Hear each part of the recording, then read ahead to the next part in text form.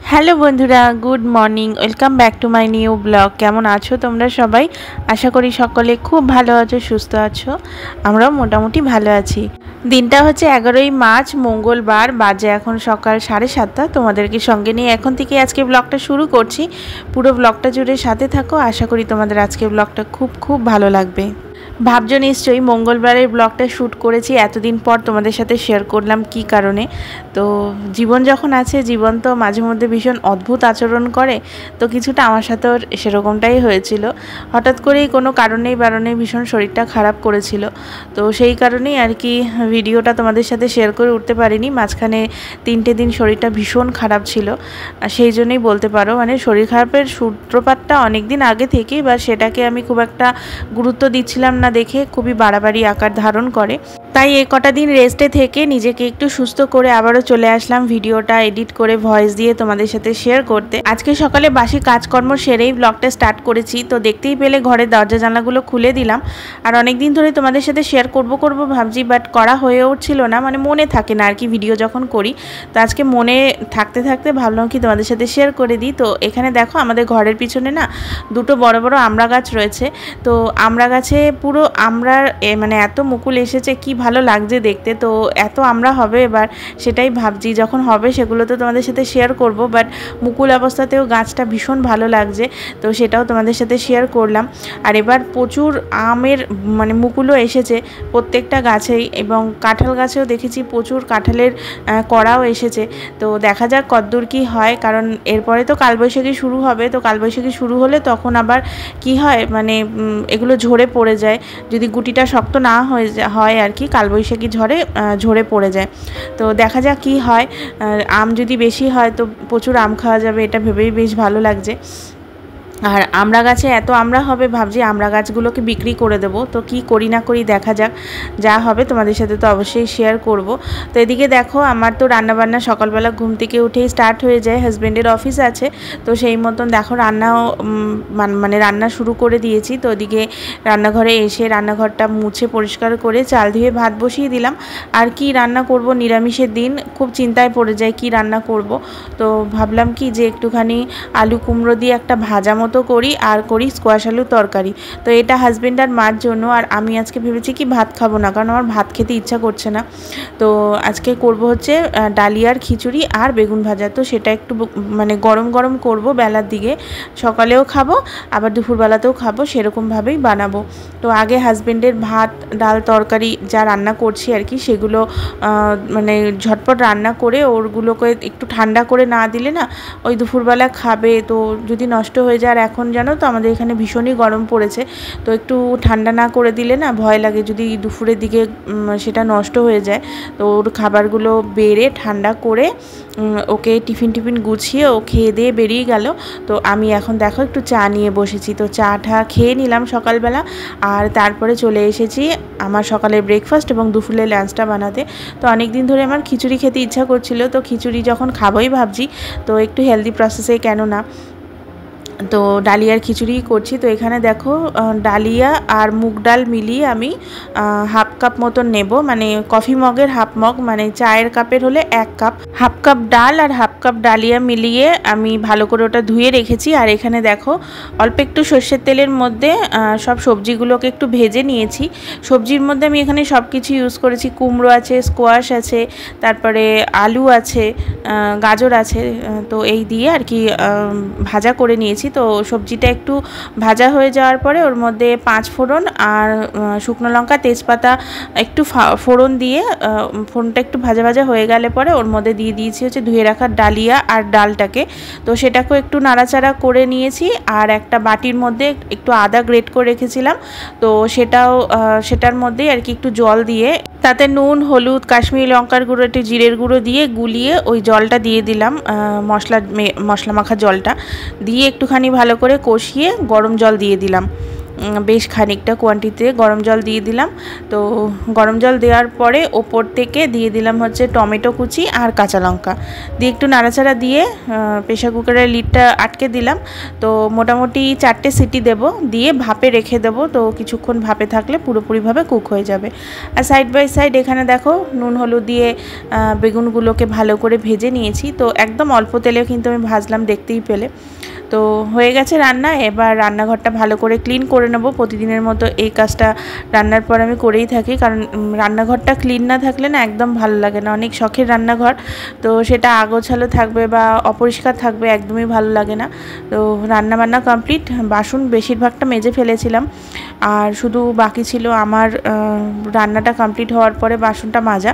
তো এখন দেখো ঝটপট করে সেটাও কমপ্লিট করে নিচ্ছি। রান্নাঘরটা ক্লিন হলে পরে তারপরে করে নেবো সকালের ব্রেকফাস্ট।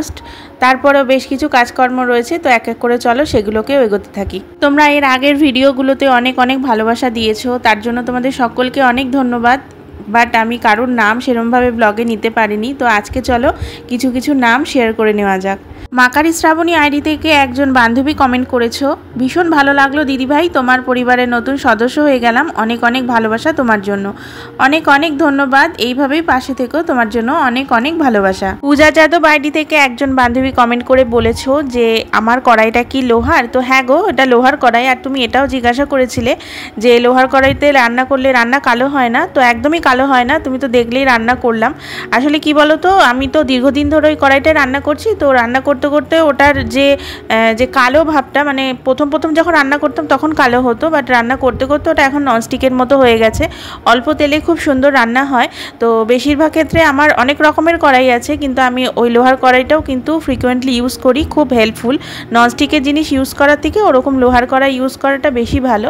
তো তোমার যদি না থেকে থাকে প্লিজ বলবো একটা ছোট্ট লোহার কড়াই কিনে নিও, ভাজাভুজি করতে এবং অল্প কিছু কোয়ান্টিটির তরকারি রান্না করতে কিন্তু খুব হেল্পফুল। আর মেয়েদের শরীরে তো আয়রনের ঘাটতি থাকেই, তো সেই ঘাটতিটা পূর্ণ করতেও খানিকটা কিন্তু এই লোহার কড়াইয়ে রান্না করা খাবার খেলে কিন্তু পূর্ণ হয়। তো আমি তো ভীষণ হেল্প পেয়েছি এই জিনিসটা ব্যবহার করে, তো তুমিও ইউজ করে দেখতে পারো।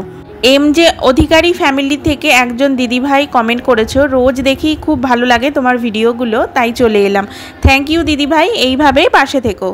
জলি দিদিভাই তুমি কমেন্ট করেছো, খুব সুন্দর লাগলো তোমার ব্লগ, পারফেক্ট হাউসওয়াইফ তুমি, কারণ ঘর চাল ডালে পূর্ণ থাকলে মা লক্ষ্মীর বাস থাকে ওই ঘরে। দারুণ লাগলো তোমার এই চাল আলু ফুলকপির রেসিপি, একদিন অবশ্যই ট্রাই করো দিদিভাই। আর অনেক অনেক ধন্যবাদ তোমাকে, এইভাবেই তুমি আমায় মিষ্টি মিষ্টি কমেন্ট করে অনেক অনেক মোটিভেট করো। তো thank you so much. Sumana Dutta ID থেকে এক দিদিভাই কমেন্ট করেছো, এই প্রথম তোমার ভিডিও দেখলাম দিদিভাই, তোমার ব্লগটা খুব সুন্দর লেগেছে, এগিয়ে যাও, আরও পাশে আছি, তোমার ভয়েসটা খুব cute. Thank you so much দিদিভাই, এইভাবেই পাশে থেকো। সোমা গাঙ্গুলি দিদিভাই কমেন্ট করেছো, খুব ভালো লাগলো তোমার ভিডিও, থ্যাংক ইউ দিদিভাই, এইভাবেই পাশে থেকো। চন্দ্রিমা ভট্টাচার্য কমেন্ট করেছে, দারুণ লাগলো, থ্যাংক ইউ সো মাচ রে চন্দ্রিমা, এইভাবেই পাশে থাকিস। প্রতিদিনের ভিডিওতে তো তোমাদের নাম নেওয়া পসিবল হয়ে ওঠে না, কারণ ভিডিও টপিক অনুযায়ী আমাকে কথা বলতে হয়, তো কোনো দিন হয়ে ওঠে না, তার জন্য ভীষণ সরি। তো আজকে পসিবল হলো বলে একটুখানি কমেন্টগুলো শেয়ার করে নিলাম। কিন্তু তোমরা প্লিজ প্রত্যেক দিন এইভাবে মিষ্টি মিষ্টি কমেন্ট করে আমাকে অনেক অনেক মোটিভেট করো, আমি যাতে আরও সুন্দর সুন্দর ভিডিও তোমাদের সামনে নিয়ে আসতে পারি। ভিডিওর কমেন্ট শেয়ার করতে করতে কিন্তু সংসারে বেশ কিছু কাজ কমপ্লিট করে নিয়েছি, তার সাথে সাথে সকালে ব্রেকফাস্টও হয়ে গেছে। তো অনেক দিন ধরে কিচেন ক্যাবিনেটগুলো মুছবো করছিলাম, তো মোছা হয়ে উঠছিল না, ভাবলাম আজকে হাতে সময় রয়েছে, কিচেন ক্যাবিনেটগুলো একটুখানি মুছে নিলাম। নিয়ে এবার দেখো বসে পড়েছে একটা বড় কাজ সারতে, সেটা হচ্ছে জামা কাপড় ভাঁজ। আগের দিনকে অনেকগুলো জামা কাপড় কেচে দিয়েছিলাম, তো সেগুলোকে আর কি ভাঁজ করতে বসেছি। এটা অনেকটা টাইম টেকিং কাজ এবং সবচেয়ে বোরিং কাজ, আমার একদমই ভালো লাগে না। আর শরীরটা যেহেতু ভালো না, সেই জন্য করতেও ইচ্ছা করছিল না, তো সেই জন্যই আর কি পড়েছিল।